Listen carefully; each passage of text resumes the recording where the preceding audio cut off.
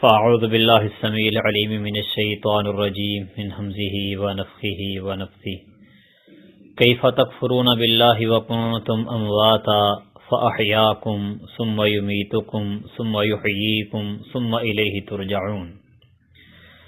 کیف تکفرون باللہ، تم اللہ کے ساتھ کیسے کفر کرتے ہو، وکنتم امواتا، حالانکہ تم بے جان تھے، فاحیاکم، تو اس نے تمہیں زندگی بخشی، ثم یمیتکم، پھر وہ تمہیں موت دے گا، ثم یحییکم، پھر تمہیں زندہ کرے گا، ثم الیہ ترجعون، پھر تم اسی کی طرف لوٹائے جاؤ گے۔ اللہ سبحانہ و تعالی نے اہل ایمان، اہل تقوی، پھر اس کے بعد اہل کفر اور پھر اس کے بعد اہل نفاق کا تذکرہ کر کے تمام تر لوگوں کو یا ایھا الناس اعبدوا ربکم الذی خلقکم کہہ کے توحید کی دعوت دی تھی، توحید کی بات شروع کی تھی۔ اسے ہی اللہ تعالیٰ آگے بڑھا رہے ہیں کہ اللہ کے ساتھ تمہارا کفر بڑا عجب ہے کہ اللہ نے تمہیں اس وقت زندگی بخشی جب تم بے جان تھے، موجود ہی نہیں تھے، پھر وہ تمہیں موت دے گا۔ زندگی اور موت کا یہ سلسلہ جو تمہارے سامنے ہے، یہ اللہ کے وجود اور اللہ تعالیٰ کی توحید کی بھی دلیل ہے، اور تمہیں دوبارہ زندہ کر کے اپنے سامنے حاضر کرنے کی بھی دلیل ہے۔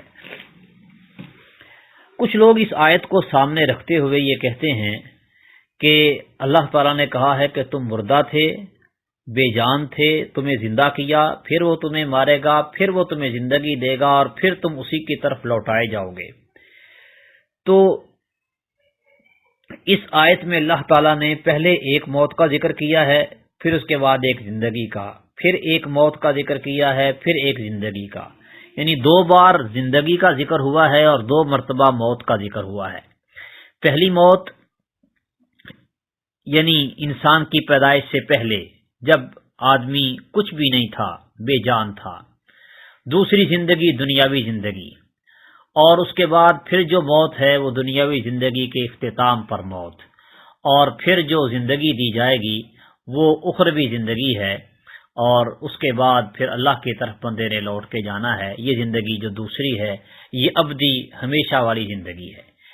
تو اس سے دو زندگیوں اور دو موتوں کا تصور حاصل ہوتا ہے، لیکن اگر ہم یہ سمجھیں، یہ مان لیں کہ قیامت کے دن سے پہلے قبر و برزخ میں بھی کوئی زندگی ہے، اور قبر و برزخ میں بھی جزا و سزا کا سلسلہ ہوتا ہے، تو یہاں ایک تیسری زندگی ماننی پڑے گی۔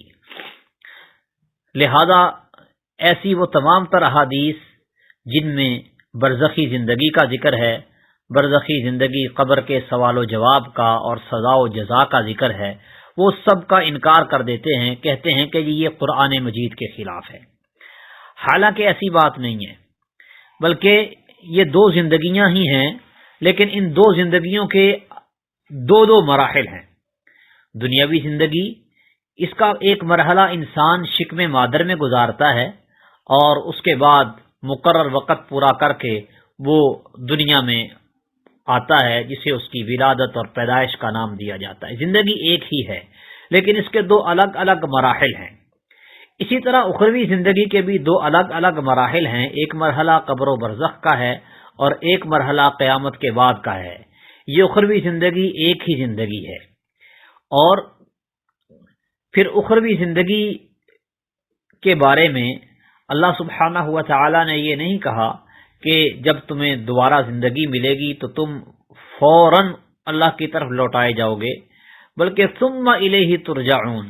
یہ عربی زبان میں تھوڑا سا فرق ہے فا اور ثم کے درمیان، دونوں بعد کا معنی دینے کے لیے آتے ہیں، لیکن فا میں ایک کام کے فوراً بعد دوسرا کام ہونا مقصود ہوتا ہے، جبکہ ثم میں تھوڑا سا فرق ہوتا ہے، اس کو کہتے ہیں تعقیب مع التراخی، یعنی تمہیں زندگی دے گا دوبارہ برزخی زندگی، اخروی زندگی کا پہلا مرحلہ جو ہے وہ تمہیں ملنے کے بعد تم فوراً اللہ کی طرف نہیں لوٹائے جاؤ گے، بلکہ ثم الیہ ترجعون، کچھ وقفے کے بعد اللہ کی طرف لوٹو گے، اور محشر کا میدان قائم ہوگا، وہ زندگی ملنے کے کچھ دیر بعد.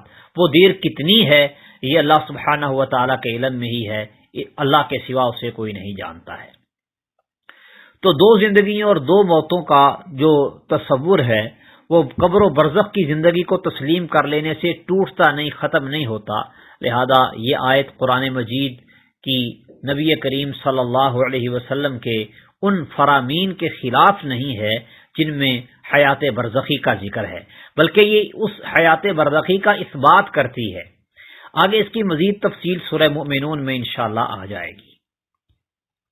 هو الذی خلق لکم ما فی الارض جمیعا، وہی ہے جس نے جو کچھ زمین میں ہے سب تمہارے لیے پیدا کیا. ثم استوى الی السماء، پھر آسمان کی طرف متوجہ ہوا.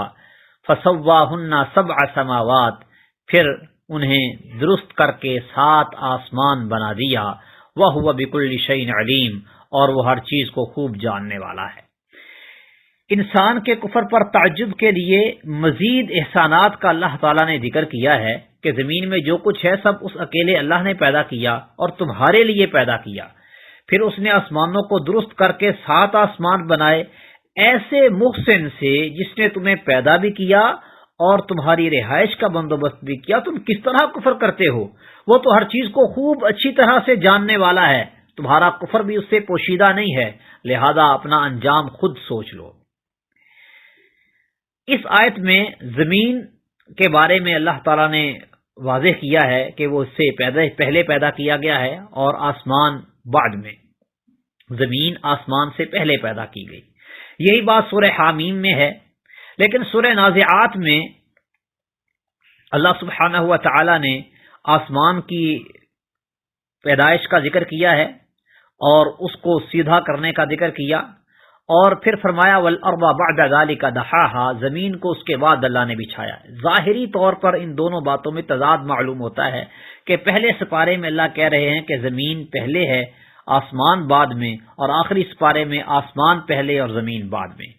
لیکن حقیقت میں ان کے درمیان کوئی تضاد اور تعارض نہیں ہے. یہ کتاب اللہ ہے، اللہ کی طرف سے نازل کردہ کتاب ہے. اس میں تضاد اور تعارض کا کوئی تصور بھی نہیں کیا جا سکتا ہے. ہاں یہ غیر اللہ کی طرف سے ہوتا تو اس میں بڑا تضاد ہوتا. اصل میں پہلے سپارے میں زمین کو اللہ نے پیدا کرنے کا ذکر کیا ہے اور اس کے بعد آسمان کو پیدا کرنے کا، جبکہ آخری پارے میں سورہ نازعات میں پہلے آسمان کو بچھانے اور سیدھا کرنے کا ذکر ہے اور اس کے بعد زمین کو بچھانے اور سیدھا کرنے کا ذکر ہے. اللہ سبحانہ و تعالیٰ فرماتے ہیں کہ ہم نے ان کو پیدا کیا کانتا رتقا، یہ دونوں ایک دوسرے کے ساتھ جڑے ہوئے، ایک دوسرے کے اوپر چڑھے ہوئے تھے. ففتقناہما، دونوں کو ہم نے جدا جدا کر دیا. اس آیت کو ساتھ ملائے تو معاملہ اور واضح ہو جاتا ہے کہ پہلے زمین پیدا کی اللہ تعالیٰ نے، اس کے بعد آسمان اس کے اوپر لپیٹ دیا. پھر اللہ تعالیٰ نے آسمان کو رفع اسم کہا، فسواہا، اوپر کیا، بلند کیا، برابر کیا، سیدھا کیا اسے. دن رات پیدا کیے. والارض بعد ذلک دحاھا، اس کے بعد زمین کو بچھا دیا. تو زمین پہلے پیدا ہوئی ہے لیکن اسے بچھایا بعد میں گیا ہے، اور آسمان پیدا بعد میں کیا گیا ہے لیکن اس کو بلند اور سیدھا پہلے کر دیا گیا ہے.